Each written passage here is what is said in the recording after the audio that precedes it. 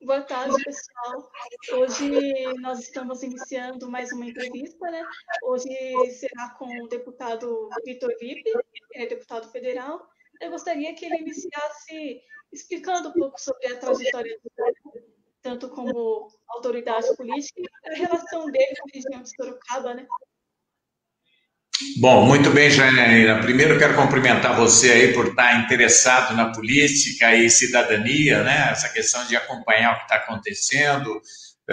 Eu tenho 61 anos de idade, sou médico de formação e comecei a minha vida em alumínio, trabalhei em Mairink também, né?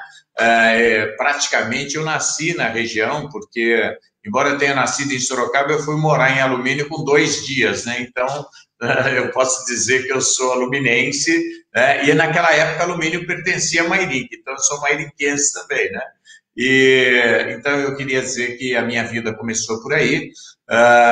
Meus pais trabalharam, meu pai trabalhou muitos anos aí na CBA, na Companhia Brasileira de Alumínio, durante mais de 40 anos, e eu passei a minha infância, a minha adolescência na região. Depois não tinha mais vamos dizer, na época do segundo colegial, não foi mais possível, porque não tinha curso mais em alumínio, então eu fui morar em Sorocaba com meus avós, e depois eu fiz a faculdade de medicina no Rio de Janeiro, e posteriormente, depois de formado, eu me casei no Rio e voltei para morar em alumínio de novo, onde eu morei mais 10 anos, e aí naquela época eu trabalhei em algumas empresas, em Mairink, trabalhei no sindicato também dos metalúrgicos, e logo na sequência eu fui eleito vereador, né?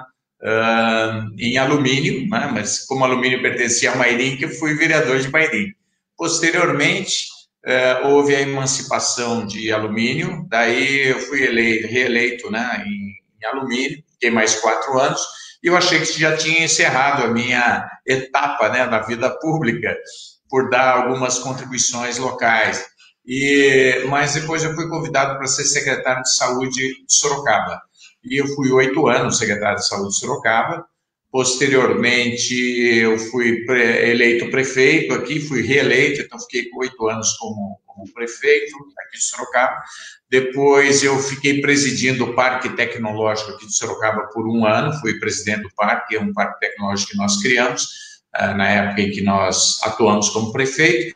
Depois eu fui eleito deputado federal por 4 anos e agora fui reeleito deputado federal. Então essa é a carreira, aí são quase 30 anos de vida pública, né? E Sim. sendo que eu acabei deixando a minha vida profissional como médico, né, de atuar como médico já há 20 anos. Quando eu atuei como secretário de saúde aqui em Sorocaba, eu vi que não seria possível conciliar a minha atividade como secretário municipal de saúde e também e a minha atividade particular, privada, né, como médico. Então, eu acabei deixando, minha esposa é médica também, ela ficou com a nossa clínica aqui em Sorocaba, e a partir de então eu passei a me dedicar integralmente aí 10, 12, 14, 16 horas por dia à vida pública, o que foi muito gratificante, me trouxe muitas oportunidades de aprender, de trabalhar, de coordenar equipes, vamos dizer assim, de atuar dentro, vamos dizer, do interesse público, né, e dentro, vamos dizer, da representação política. Mas eu comecei, na verdade, então, aí na região como vereador, depois fiquei na área da saúde, né, durante 8 anos, depois como prefeito e agora como deputado federal. Então, passei por legislativo, municipal, passei, né, por executivo como secretário da saúde, depois executivo como prefeito e agora como legislativo federal. Então, a gente acabou tendo assim, várias oportunidades aí de viver intensamente a vida pública, os desafios da vida pública, né? E eu confesso para você, o que me ajudou muito nessas etapas todas foi o planejamento. Eu sou um apaixonado por planejamento, acredito muito no planejamento e acho que ela é uma ferramenta de gestão e de resultados muito forte. Então, eu tenho sempre trabalhado, desde que eu aprendi a trabalhar com planejamento estratégico, eu utilizo o planejamento estratégico na minha vida pública, né, na minha atividade coletiva, e isso vem me ajudando bastante a trazer muitos dos resultados que a gente conseguiu ao longo desse trabalho. Qual é exatamente a relação, né, que os deputados eles têm com os municípios, né? Assim, no sentido de que se os deputados eles podem estar dando um auxílio, trazendo um auxílio para os vereadores, de repente para os prefeitos? Bem, Janaína, para quem está nos ouvindo, e às vezes tem jovens que estão ouvindo também, né? Nós temos aí 2 deputados, né? Duas áreas de deputados. Os deputados estaduais, que trabalham na Assembleia Legislativa em São Paulo, e eles representam as regiões do Estado de São Paulo, junto à Assembleia Legislativa em São Paulo, e eu atuo como deputado federal, né? Aí eu atuo em Brasília, trabalhando aí a legislação nacional, a elaboração de leis, o aperfeiçoamento, vamos dizer assim, a fiscalização das ações do governo federal e também a representação política do Estado de São Paulo e da região que eu represento. Então, eu defendo muito essa ideia do deputado que nós chamamos distrital, ou seja, que fica trabalhando junto à região que ele foi eleito, né? E é assim que eu tenho trabalhado. Então, eu, nessa representação política, Janaína, lá em Brasília eu trabalho em diversas áreas. Eu sou da Comissão de Ciência e Tecnologia, então a legislação brasileira relacionada à tecnologia, à inovação, à pesquisa, nós temos acompanhado a área de telecomunicações já desde que eu comecei o meu trabalho na Câmara Federal. Temos diversas propostas de melhoria, de aperfeiçoamento, de contribuições. Também eu tenho sempre me dedicado à área também econômica, que é a área que, vamos dizer, que estrutura as oportunidades de crescimento do Brasil. Preocupados com o quê? Com o emprego, né? Se a gente quer mais emprego, não tem como criar uma lei que crie emprego. Você tem que melhorar o ambiente econômico, fortalecer a oportunidade das empresas crescerem, porque aí as empresas crescendo, elas vão gerar emprego, que é o que a gente quer para a sociedade. Além disso, eu tenho trabalhado muito também em função do empreendedorismo. O que é isso? Não necessariamente você ter um emprego, mas você ter o seu negócio, quer dizer, você criar uma legislação brasileira que permita aos jovens de hoje, aos adultos, as pessoas terem as suas atividades e poderem desenvolver o seu próprio negócio, que também é uma grande oportunidade de melhorar a vida das pessoas. Então, lá em Brasília, eu trabalho em função disso, sou um deputado reformista, que nós chamamos, ou seja, luto pelas reformas do Brasil para simplificar as coisas, para desburocratizar o Brasil, para modernizar o Brasil, para tornar o Brasil mais competitivo, para fazer mudanças, para melhorar o ambiente de negócios, porque quando a gente tem um ambiente bom para os negócios no Brasil, todo mundo ganha. É isso que vai gerando a riqueza, que permite o Brasil exportar mais. Então, esse é um trabalho estratégico que nós fazemos lá em Brasília. E aqui na região, Janaína, eu trabalho com aproximadamente 30 cidades, começando aí na região de São Roque, Mairink, Alumínio, Ibiúna, né? A região de Piedade, São Miguel Arcanjo, Pilar do Sul, Araçoiaba da Serra, né, Sorocaba, naturalmente, né, a região de Itapetininga, mas também essa região da Castelo Branco, ali onde pega Porto Feliz, também Boituva, Tietê, Serquilho. Eu trabalho nessa região e no Sudoeste Paulista, que é uma região mais pobre do estado de São Paulo, que é a região ali próximo de Itapeva, Itararé, são áreas que precisam muito de atenção política, de investimentos, de melhoria de infraestrutura. Então, são essas as regiões e as cidades que eu mais me dedico, são aproximadamente 30 cidades, e nessas cidades, Janaína, a gente tem procurado trabalhar principalmente em função da saúde, né? Então, 90% praticamente dos recursos que eu trago de Brasília, dos recursos que eu tenho direito a fazer, as emendas que nós chamamos, são voltados para melhorar os hospitais, para melhorar a área de especialidades médicas para a população, para melhorar o sistema de urgência e emergência aqui da nossa região. Então, em Brasília, eu trabalho muito a questão do emprego, né? Melhorar as oportunidades do Brasil crescer para gerar mais emprego para a população, para a gente ter um país mais moderno. E aqui na região, muito em função da estruturação da saúde. Mas é lógico, além de trabalhar essa questão da saúde, a gente trabalha com 20 hospitais, e o hospital mais próximo de Mairim, que é o de São Roque. Então, a gente tem feito investimentos no Hospital de São Roque, exatamente para melhorar o atendimento do pessoal de Mairim, de Alumínio, né, de Araçariguama, que depende de São Roque, e, lógico, da população também de São Roque. Então, a gente tem feito investimentos todos os anos, praticamente. Nós estamos ampliando os investimentos no hospital lá de São Roque, na Santa Casa, para que ela vá melhorando a estrutura, para dar uma condição melhor para as gestantes, né, para os bebezinhos aí, que vão nascer aí de Mairim, para que eles tenham a melhor condição possível. Então, nós estamos repassando recursos lá para melhorar a maternidade, para melhorar o berçário, né? E agora estamos com recursos também que estão agora sendo viabilizados para ampliar cirurgias lá da Santa Casa de São Roque, para ampliar as cirurgias de vesícula, de hérnia, as cirurgias ortopédicas, quer dizer, reduzir as filas, né, diminuir o tempo de espera das pessoas que precisam do hospital. E outros hospitais da região também nós temos trabalhado muito. Conseguimos o novo hospital regional aqui em Sorocaba, foi um trabalho nosso que se iniciou ainda quando eu estava saindo da prefeitura, né, nos últimos 2 anos. Esse novo hospital regional hoje é um dos hospitais mais modernos do país. Hoje ele faz 1.000 cirurgias por mês, muitas delas das pessoas de Mairim, de Alumínio, né, de São Roque, né? E ele também triplicou o número de leitos de UTI da região, que era o maior problema que nós tínhamos. Os pacientes graves, uma expressiva parte não conseguia atendimento. Isso melhorou com o novo hospital regional. Estamos trabalhando agora também para a melhoria da Santa Casa de Sorocaba, para que ela se torne um importante centro de atendimento dos portadores de câncer da nossa região, né, como um centro oncológico da região. É que tudo isso que a gente faz não acontece da noite para o dia, né, Janaína? Demora, às vezes, 3, 4 anos. Por isso que eu falei, é um planejamento onde a gente vai fazendo os investimentos, vai trazendo os recursos. Daí tem as licitações, tem as obras, a entrega. Então, tudo isso que a gente quer fazer sempre demora alguns anos, mas não importa. O importante é que o benefício venha, né?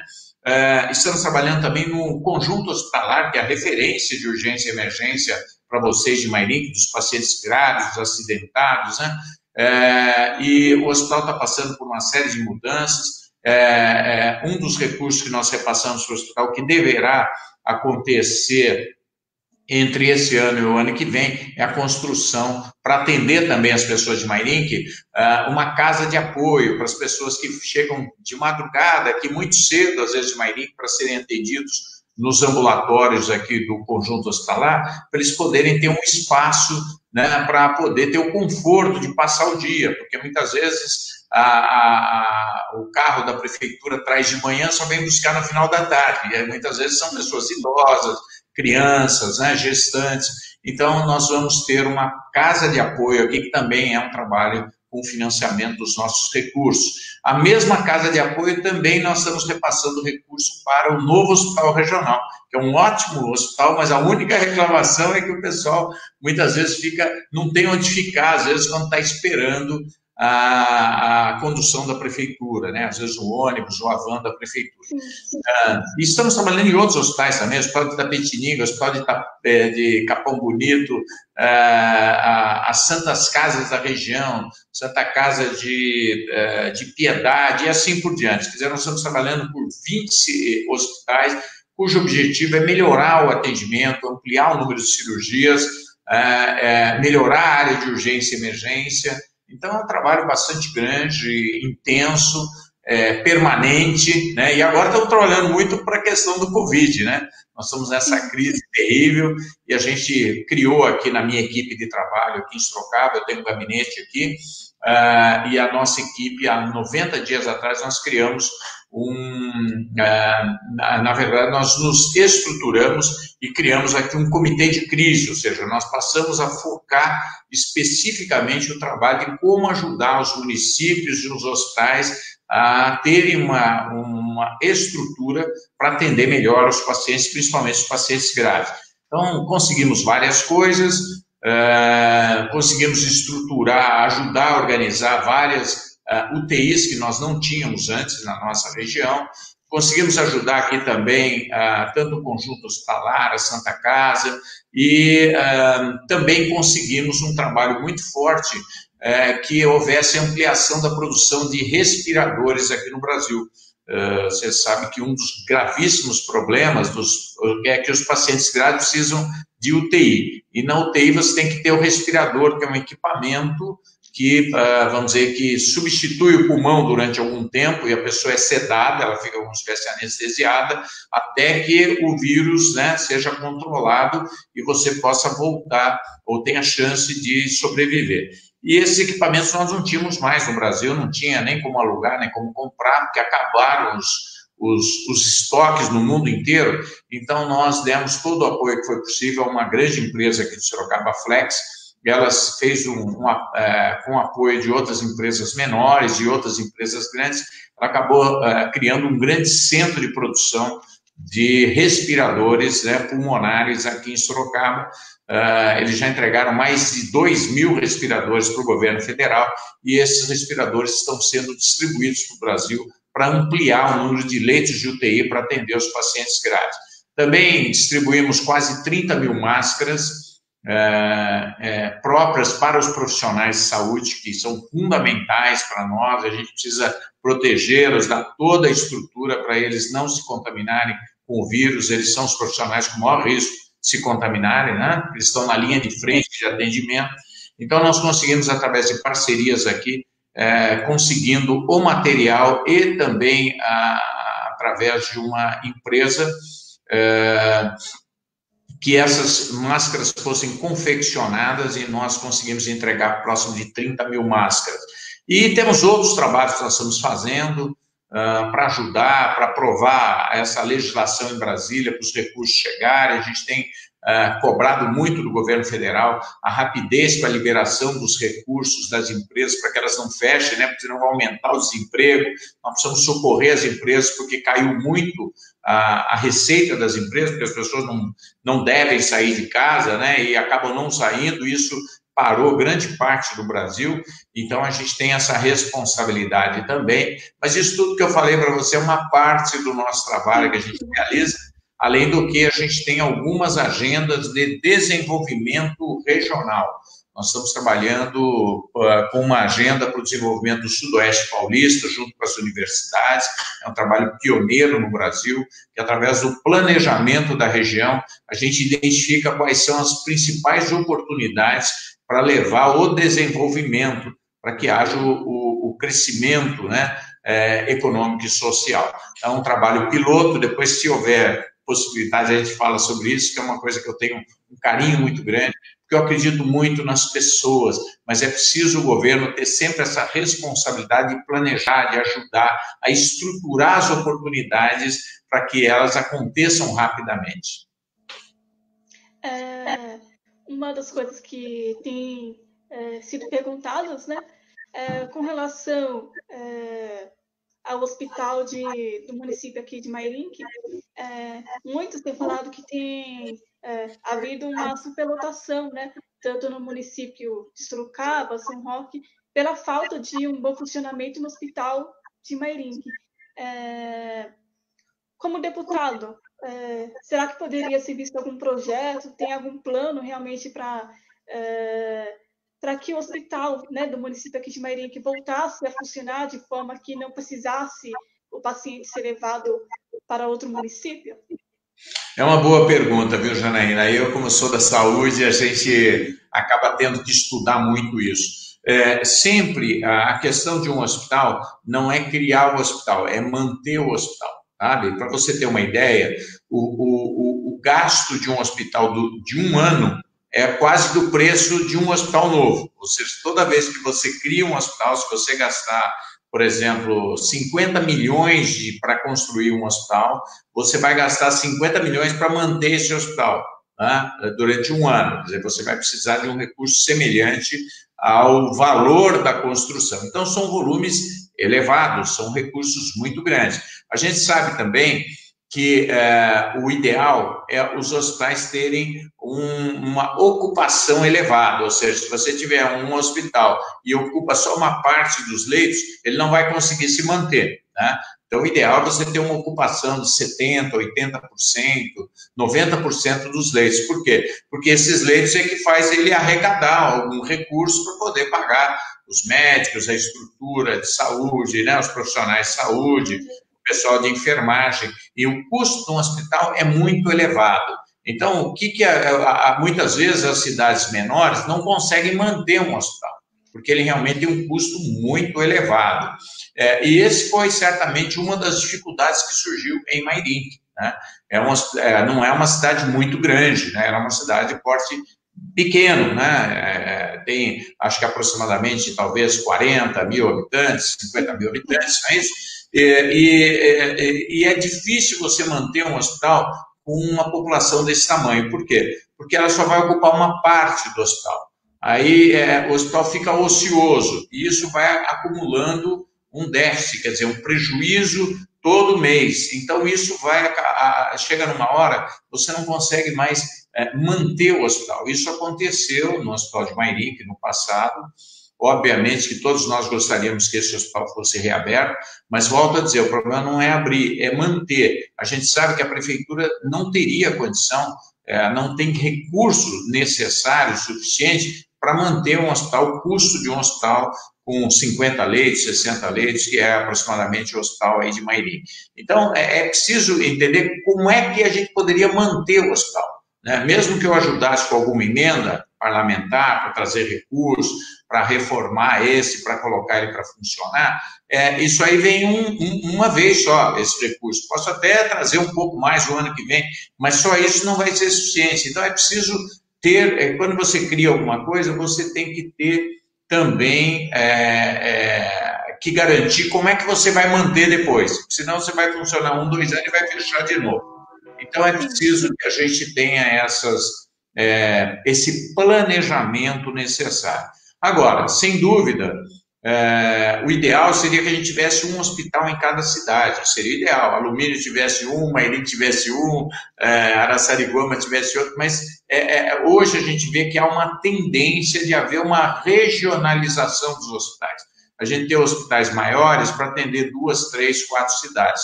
Aí, esse hospital acaba tendo uma condição melhor para atender a população.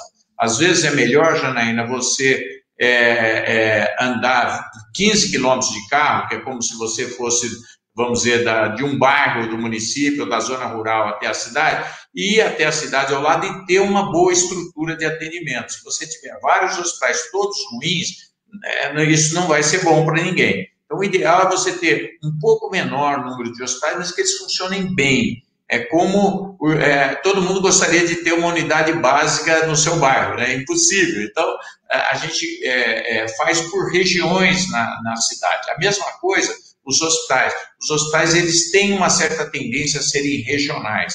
Então, eu não sou contra, mas eu não sei como é que poderia ser mantido um hospital do porte de Mairinque. Agora, está correto isso, tem que ter urgência e emergência funcionando bem, tem que ter ambulância, tem que ter equipe, né, para fazer o primeiro atendimento para os pacientes graves. Você pode ter alguns leitos também de retaguarda, que a gente chama, para a pessoa ficar ali, né, 1, 2 dias, 3 dias, e aí já vai ter alta, porque a maioria tem uma alta muito rápida, né? É uma pequena percentual de pessoas que precisam mesmo de internação. Aí poderia ir para São Roque. Então, a gente talvez possa ampliar a capacidade de atendimento do pronto-socorro sem criar necessariamente um grande hospital, que, como eu volto a dizer, provavelmente não houvesse recursos suficientes para manter o hospital depois. Outra pergunta que tem chegado, né, até o projeto, né, Política e Cidadania, com relação às empresas, né, a vinda de empresas para a região de Sorocaba, e em especial para a cidade e para o município de Mairinque. Agora, com a pandemia, realmente acredito que essa situação fica meio, como posso dizer, meio parada, né?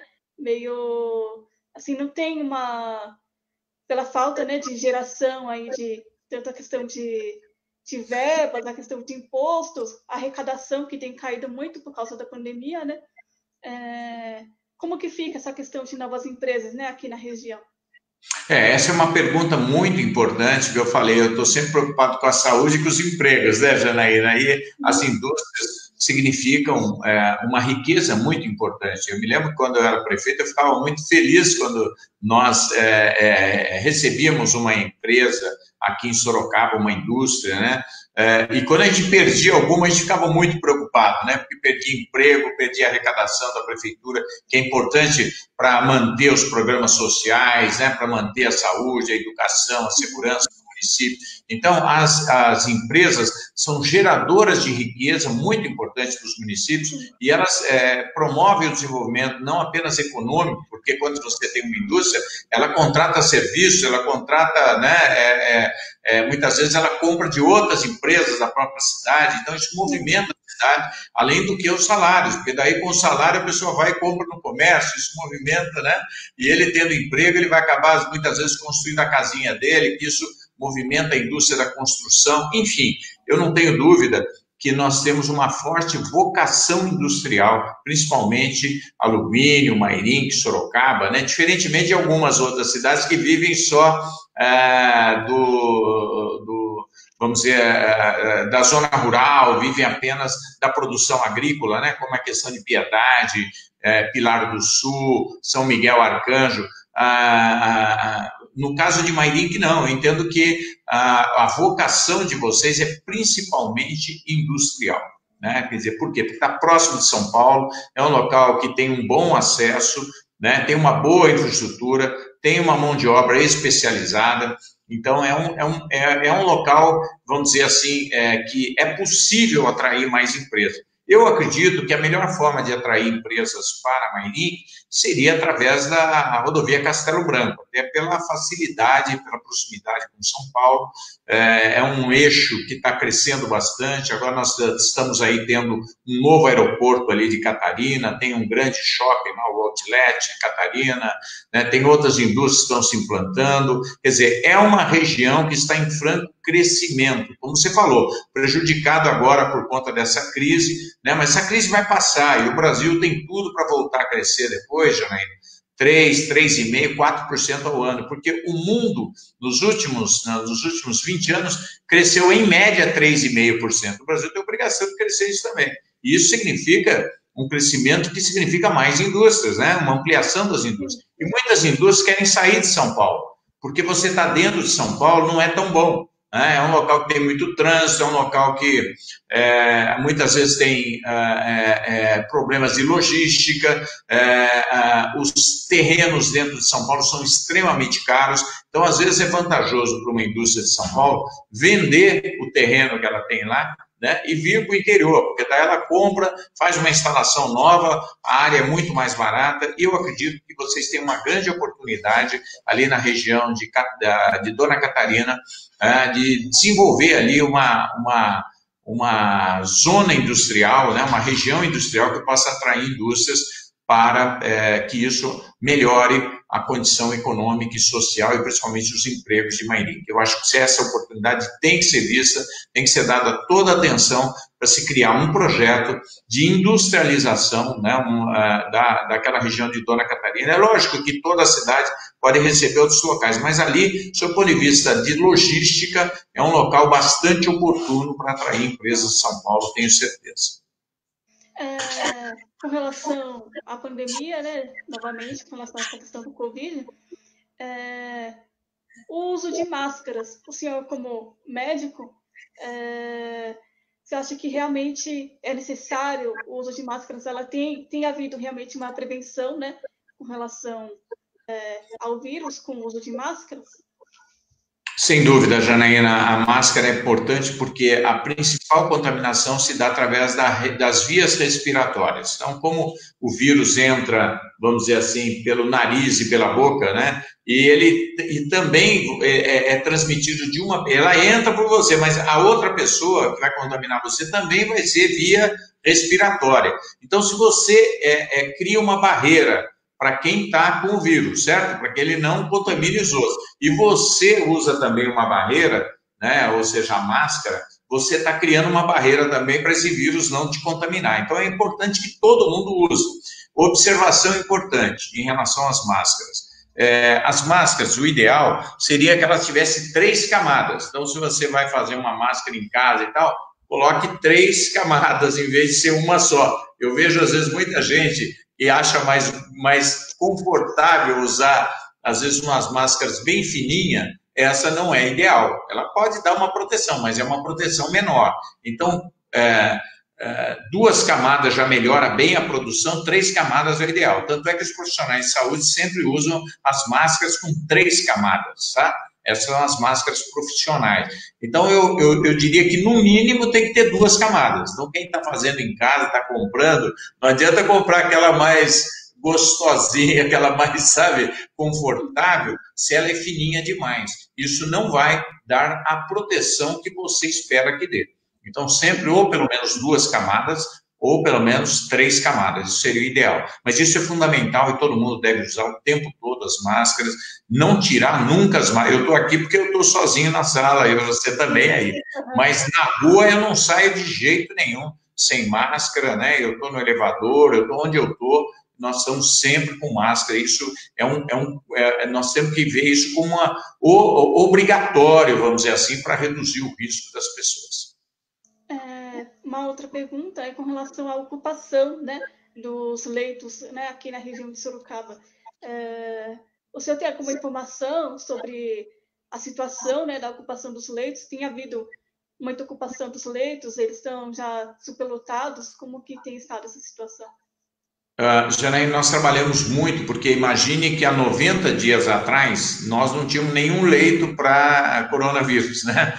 Nem de UTI, nem de enfermaria. E você não pode usar os mesmos leitos, ou seja, se você tem hoje 10 leitos de UTI, você não pode pegar 3 daqueles leitos e colocar para coronavírus, porque você contamina os outros. Então tem que ser ambiente novo, separado, né, estrutura nova, enfim, tudo teve que ser criado de novo. Então foi uma luta muito grande, os hospitais aqui, a gente sabia da responsabilidade, do risco, então nós ajudamos o que foi possível.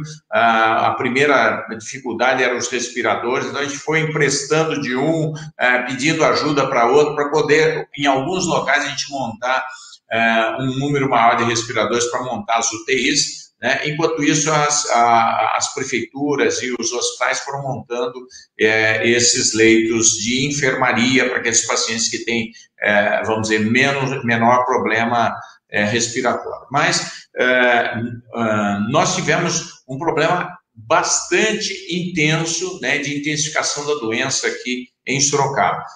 Hoje, né, praticamente nós estamos com todos os leitos ocupados aqui em Sorocaba. Todos. Nós temos 30 leitos da Santa Casa que estão ocupados, os 30 leitos do hospital, do novo hospital regional, que estão para isso, porque os outros já estão ocupados com os outros pacientes, né, que cirurgia cardíaca, cirurgia oncológica, neurocirurgia, mas eles têm 30 e todos estão ocupados, e também os 10 leitos do conjunto hospitalar. Então, hoje nós não temos nenhuma vaga. Bom, você vai falar, bom, o que vai acontecer então, né? Até você ficou preocupado. Bom, o que vai acontecer é o seguinte, nós vínhamos já trabalhando junto ao governo do estado para ampliar as vagas aqui em Sorocaba, e essa semana, já foi autorizado isso semana passada, e agora estão sendo montados mais leitos de UTI aqui em Sorocaba. Nós vamos ter mais 20 leitos de UTI no novo hospital regional, mais 10 leitos de UTI na Santa Casa e mais 10 leitos de UTI novos no conjunto hospitalar. Então, nós vamos ter mais 40 leitos, possivelmente já a partir de terça ou quarta-feira que vem. E isso vai dar uma condição um pouco melhor, mas nós estamos hoje numa situação muito difícil. Hoje, se chegar alguém aqui e precisar de UTI, com certeza ele vai ser encaminhado provavelmente para outros locais, ou para a Grande São Paulo, ou para a capital, ou outras regiões do estado, infelizmente, né? Então, mas acreditamos que mais alguns dias nós vamos ter uma situação melhor do que nós temos hoje. Além disso, eu vou mostrar aqui para você, deixa eu ver se tem alguém aqui da minha equipe, cadê aquela máscara? Nós estamos distribuindo para a região, eu acredito que até a Mairim que vai receber isso, nós estamos distribuindo essas máscaras aqui, que é uma novidade, viu, Janaína? Isso aqui é um respirador que nós chamamos não invasivo, não sei se dá para acompanhar aí. Isso aqui é como se fosse uma máscara de mergulho, e é uma máscara de mergulho, tá? Isso aqui foi desenvolvido pela Unesp, a universidade aqui do estado de São Paulo, são vários campos universitários que trabalharam juntos, e eles pegaram uma ideia da Itália, que por aquele colapso que teve lá, que vocês viram que ficou muita gente sem atendimento, eles começaram a criar alternativas para colocar oxigênio sob pressão para as pessoas que estavam em estado mais grave.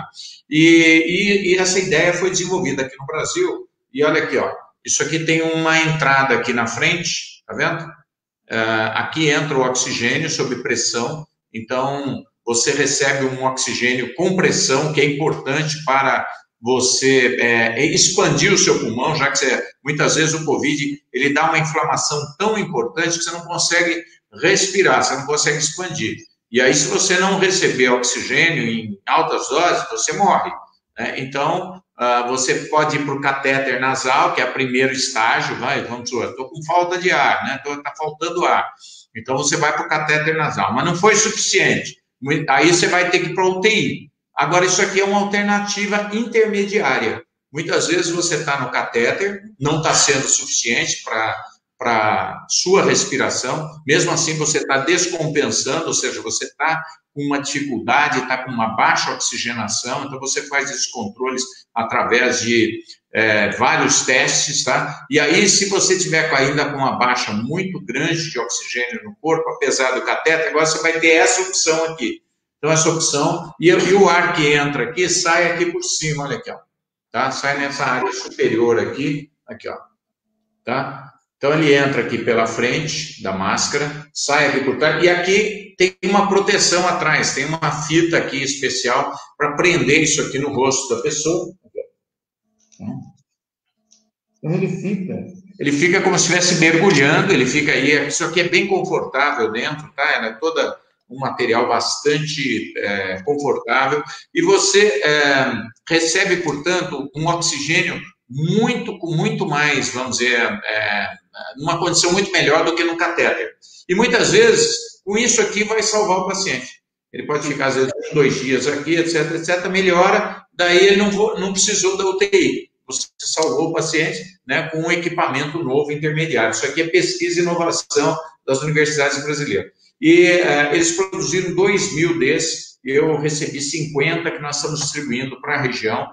O Hospital de São Roque está recebendo algumas unidades dessa, porque onde você tem os hospitais de campanha ou os leitos de enfermaria, é o local ideal para você ter isso. Porque aí, se o paciente piorar, você tem essa opção aqui antes da UTI, né? E aí você libera mais leito de UTI também. Então, você tem uma condição melhor para atender os pacientes. Então, o que eu queria dizer para vocês é que, em relação à questão de UTIs, o primeiro atendimento de vocês, a primeira referência é São Roque. São Roque tinha 5 leitos, recebeu mais 5 equipamentos do governo do estado, tem 10 leitos, que eu saiba ainda tem vagas disponíveis. Sorocaba que está na situação difícil, mas a semana que vem nós já vamos ter uma condição melhor, mas agora com essas máscaras nós vamos ter vamos dizer, um fôlego também para esses pacientes intermediários que poderão não precisar, portanto, da UTI, já que a UTI é um outro equipamento grande, ele tem um tubo que vai dentro da traqueia, né, e você, por conta desse tubo, você tem que ficar sedado o tempo todo, é como se você fosse fazer uma cirurgia, então às vezes você precisa passar 5, 10, 20 dias sedado o tempo todo, né? Então é um equipamento agressivo, por isso que ele chama respirador invasivo. Esse que eu mostrei para vocês é o respirador não invasivo, porque ele não invade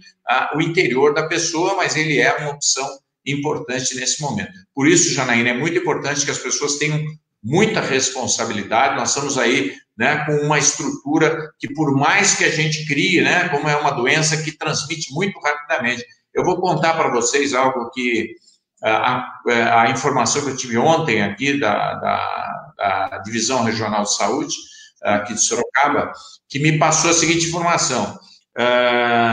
Foi feita uma testagem no presídio aqui de Sorocaba, no P2 de Aparecidinha.